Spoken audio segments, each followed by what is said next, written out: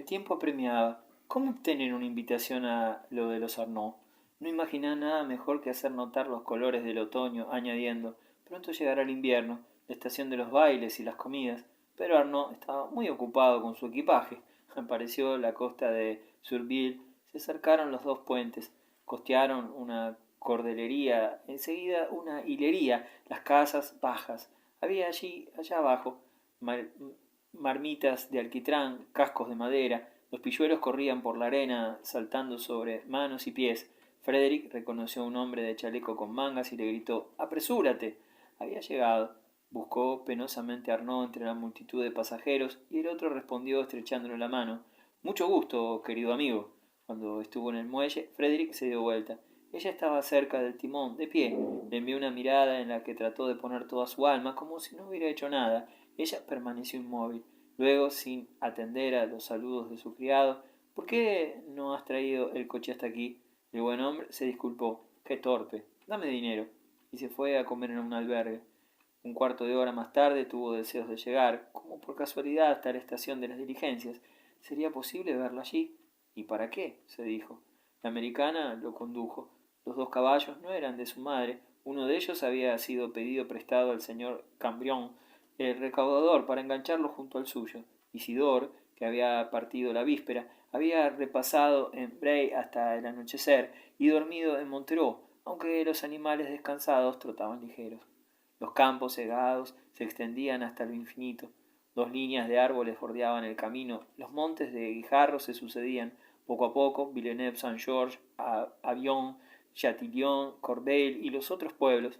Todo su viaje le volvió a la memoria de una manera tan clara que distinguía ahora detalles nuevos, las particularidades más íntimas. Bajo el último volado de su vestido asomaba su pie, en una pequeña bota de seda color marrón. El toldo de lona formaba un amplio dosel sobre su cabeza y las pequeñas bellotas rojas de los bordes se movían en la brisa continuamente. Se parecía a las mujeres de los libros románticos. No quería añadir nada, ni quitar nada a su persona. El universo pareció de pronto ensancharse. Ella era el punto luminoso donde todas las cosas convergían, y acunado por el movimiento del carruaje, los párpados casi cerrados, la mirada en las nubes, se abandonaba a un gozo soñador e infinito. Bray no quiso esperar que dieran avena a los caballos. Siguió adelante por el camino solo. Arnaud le había llamado Marie. Gritó muy fuerte «Marie». Su voz se perdió en el espacio. Una ancha franja púrpura inflamaba el cielo en el poniente. Grandes parvas de trigo que se veían en medio de los rastrojos proyectaban sombras gigantescas. Un perro comenzó a ladrar en una granja a lo lejos. Se estremeció, presa de una inquietud sin causa. Cuando Isidore se le hubo reunido, se ubicó sobre el pescante para conducir. Su desfallecimiento había pasado. Estaba resuelto a introducirse, no importa cómo, en casa de los Arnaud y relacionarse con ellos. Su casa debía ser agradable. A Arnaud le gustaba. Después, quién sabe. Una oleada de sangre le subió al rostro. Las sienes le golpeaban, hizo restallar el látigo, sacudió las riendas y condujo a los caballos a un trote tal que el viejo cochero repetía «Despacio, señor, despacio, los que los van a dejar sin aliento». Poco a poco Frederick se calmó y escuchó la conversación de su criado. Esperaban al señor con gran impaciencia. La señorita Luisa había llorado porque quería ir en el coche. «¿Quién es la señorita Luisa?» «La pequeña del señor Roque, ¿sabe?». «Ah, no me acordaba», contestó negligentemente.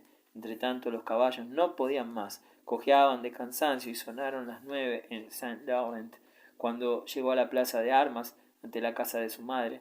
Esta casa espaciosa, con un jardín que daba al campo, añadía prestigio a la señora Moreau, que era la persona más respetada del pueblo. Provenía de una vieja familia de hidalgos ya extinguida. Su marido, un plebeyo con quien la casaron sus padres, había muerto de una estocada durante su embarazo, dejándole una fortuna comprometida. Recibía sus amistades 3 veces por semana y daba de cuando en cuando una comida, pero calculaba minuciosamente el número de cubiertos y esperaba impacientemente sus arriendos. Esta estrechez disimulada como un vicio la convertía en una persona seria. Sin embargo, ejercitaba su virtud sin ostentación de gamboñería, sin acritud. Sus pequeñas caridades parecían grandes limosnas. Se la consultaba sobre la elección de los criados, la educación de las jóvenes, el arte de las confituras, y monseñor se hospedaba en su casa durante sus giras episcopales. La señora Moreau alimentaba grandes ambiciones sobre su hijo. No le gustaba que censuraran al gobierno en su presencia por una especie de prudencia anticipada. Frederick necesitaría protección en un principio, luego, gracias a sus propios medios, llegaría a ser consejero de Estado, embajador, ministro. Sus éxitos en el colegio de Sens legitimaban este orgullo. Había obtenido el premio de honor. Cuando entró en el salón, todos se levantaron ruidosamente y lo abrazaron. Con las butacas y con las sillas se hizo un amplio semicírculo alrededor de la chimenea. El señor Gamblin le preguntó inmediatamente su opinión sobre la señora Lafrare. Este proceso, el furor del momento, desató una violenta discusión. La señora Moreau le interrumpió contra la opinión del señor Gamblin, que la juzgaba útil para el joven en su calidad de futuro jurisconsulto. Abandonó el salón, molesto. Nada debía sorprender a un amigo del tío Roque. A propósito del tío Roque, hablaron del señor d'Ambrose, que acababa de comprar la propiedad de Fortel, pero el recaudador había apartado a Frederick para saber qué pensaba de la última obra del señor Guizot. Todos deseaban conocer sus asuntos. La señora Benoit quiso saber noticias de su tío. ¿Cómo se encontraba ese buen pariente? ¿No se tenían noticias suyas? ¿No tenía un primo en América? La cocinera anunció que la sopa del señor estaba servida. Todos se retiraron discretamente. Después, cuando estuvieron solos, su madre le dijo en voz baja: ¿Y bien? El viejo lo había recibido muy cordialmente, pero sin mostrar sus intenciones. La señora Moreau suspiró. ¿Dónde estará ella ahora?, pensaba él. La diligencia rodaba y, sin duda envuelta en su chal, apoyaría su bella cabeza dormida contra el respaldo. Subían a sus habitaciones cuando un muchacho del Cisne de la Cruz trajo un mensaje. ¿Qué ocurre? Es de Saulier, que me necesita, respondió Frederick. Ah, tu amigo, dijo su madre con una sonrisa de desprecio. Ha elegido bien la hora. Frederick vaciló, pero la amistad fue más fuerte. Tomó su sombrero. Al menos no tardes, le pidió su madre. 2. El padre de Charles de Saulier, capitán de infantería retirado en 1818, había vuelto a Nogent para casarse. Con el dinero de la dote había comprado un cargo de alguacil apenas suficiente para permitirle vivir. Amargado por grandes injusticias, sufriendo a causa de sus antiguas heridas y siempre echando de menos al emperador, desahogaba en los que le rodeaban las cóleras que lo sofocaban. Pocos niños fueron más golpeados que su hijo. El pequeño no cedía a pesar de los golpes. Cuando trataba de interponerse, su madre recibía iguales malos tratos, hasta que el capitán lo encerró en su despacho y lo tenía todo el día inclinado sobre el pupitre copiando documentos, lo cual le desarrolló sobre anormalmente el hombro derecho, visiblemente más elevado que el otro. En 1833, invitado por el señor presidente, vendió su despacho. Su esposa murió de cáncer. Se marchó a vivir a Lyon. Enseguida se estableció como comerciante de hombres en Troyes y, como obtuvo media beca para Charles, lo escribió en el colegio de Sens, donde lo conoció Frederick. Pero uno tenía 12 años y el otro 15, además 1000 diferencias de carácter y de origen los separaban. Frederick guardaba en su armario toda clase de provisiones, cosas exquisitas como un neceser de aseo, por ejemplo. Le gustaba dormir hasta tarde, mirar las golondrinas, leer obras de teatro y, como echaba de menos la dulzura de su hogar, encontraba dura la vida del colegio. El hijo del alguacil le parecía buena.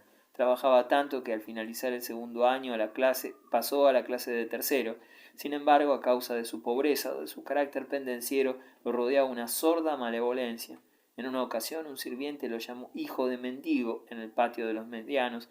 Él le saltó al cuello y lo hubiera matado de no haber intervenido 3 profesores. Frederick, lleno de admiración, lo estrechó entre sus brazos. A partir de ese día la intimidad fue completa. El afecto de un mayor, sin duda, acrecentó la vanidad del pequeño, y el otro aceptó como una dicha la devoción que se le ofrecía. Su padre, durante las vacaciones, lo dejaba en el colegio. Una traducción de Platón, abierta por azar, lo entusiasmó. Desde ese momento se apasionó por los estudios metafísicos. Sus progresos fueron rápidos, pues los abordaba con fuerzas juveniles y con el orgullo de una inteligencia que se emancipaba. Joffre, Cousin, Lord Marie, Malebranche, los escoceses, todo lo que contenía la biblioteca fue leído por él. Tuvo que robar la llave para procurarse los libros. Las distracciones de Frederick eran menos serias. Descifró en la calle de Charleroi la genealogía del Cristo, esculpida en un poste tras el pórtico de la catedral. Después de los dramas de la Edad Media, arremetió las memorias de Froissart, Comines, Pierre de l'Étoile y Brantôme. Las imágenes que esas lecturas traían a su espíritu lo obsesionaban de tal manera que experimentaba la necesidad de reproducirlas. Ambicionaba llegar a ser el Walter Scott de Francia. Desailliers meditaba un amplio sistema de filosofía que tendría vastas aplicaciones. Hablaban de todo esto durante los recreos en el patio, frente a la inscripción mural pintada bajo reloj. Cuchicheaban en la capilla ante las barbas de San Luis, soñaban en el dormitorio desde donde se dominaba el cementerio. Los días de paseo se ubicaban detrás de los otros y hablaban interminablemente. Hablaban de lo que harían más adelante, cuando salieran del colegio. Primero emprenderían un largo viaje con el dinero que Frédéric deduciría de su herencia al alcanzar la mayoría de edad. Luego volverían a París, trabajarían juntos, no se separarían nunca, y como compensación a sus trabajos tendrían amores con princesas en gabinetes de satén o fulgurantes orgías con cortesanas ilustres. Algunas dudas sucedían a sus entusiasmos y esperanzas. Luego de crisis de alegría verborrágica caían en profundos silencios. Las noches de verano, cuando habían caminado largo tiempo por los caminos pedregosos que bordeaban los viñedos o por el camino principal en pleno campo, donde los trigales ondulaban al sol y el aroma de las angélicas recorría el aire, los sobrecogía una especie de sofocación que los obligaba a acostarse, aturdidos, enervados. Los otros compañeros en mangas de camisa jugaban a la barra o los globos. El celador los llamaba. Regresaban siguiendo los jardines atravesados por arroyos, luego los bulevares sombreados por los viejos muros. Las calles desiertas sonaban bajo sus pasos, la reja se abría, subían la escalera, estaban tan tristes como luego de grandes actos de libertinaje. El señor censor pensaba que se exaltaban mutuamente. Sin embargo, si Frédéric trabajaba en las clases de estudios superiores fue por las exhortaciones de su amigo, y en las vacaciones de 1837 lo llevó a la casa de su madre. El muchacho desagradó a la señora Moreau. Comía extraordinariamente, rehusaba salir a los oficios el domingo, sostenía ideas republicanas.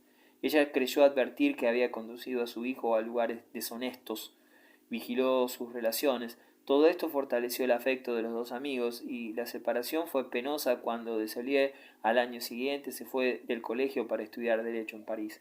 Frédéric planeaba reunirse con él. No se habían visto desde hacía 2 años y cuando hubieron terminado los abrazos caminaron hacia el puente para conversar con mayor libertad. El capitán, que tenía ahora un billar en Villeneuve, se había puesto rojo cuando su hijo le reclamó las cuentas de su tutela y hasta le había cortado los víveres, pero como quería presentarse a concurso para una cátedra de profesor en la escuela y no tenía dinero, Desailliers aceptó en Troyes un puesto de procurador en lo de un abogado. A fuerza de privaciones economizaría 4.000 francos, ya que no podía tocar nada de la sucesión de su madre. Debería trabajar fuerte durante 3 años si quería hacerse una posición. Era necesario entonces abandonar el viejo proyecto de vivir juntos en la capital, al menos por el momento. Frédéric bajó la cabeza. Era el primero de sus sueños que se desmoronaba. Consuélate, le dijo el hijo del capitán. La vida es larga, somos jóvenes, nos reuniremos, no pienses más en esto. Le estrechaba las manos y para distraerlo le hizo preguntas acerca de su viaje. Frédéric no tenía grandes cosas para contarle, pero ante el recuerdo de la señora de Arnaud su melancolía se desvaneció. No habló de ella, contenido por el pudor, pero al contrario se extendió sobre su marido, refiriéndose a sus ideas, sus maneras, sus relaciones, y Desailliers lo instó firmemente a cultivar esta relación. Frédéric, en los últimos tiempos, no había escrito nada, sus opiniones literarias habían cambiado, estimaba por encima de toda la pasión Werther, René Frank, Lara, Leila y otros más mediocres lo entusiasmaban por igual. Algunas veces solo la música le parecía capaz de expresar sus turbaciones interiores, entonces soñaba con sinfonías, o bien lo dominaba la silueta de las cosas y deseaba pintar. Había compuesto versos, Desailliers los encontró muy hermosos, pero sin pedirle que recitara más. Por su parte, Charles había abandonado la metafísica, la economía social y la Revolución Francesa lo preocupaban. En aquella época era un muchachote de 22 años, flaco, con una ancha boca, el aire resuelto. Vestía esa noche un raído gabán de paño ordinario. Sus zapatos estaban blancos de polvo, pues había hecho a pie el camino de Villeneuve expresamente para ver a Frédéric. Isidore se les acercó.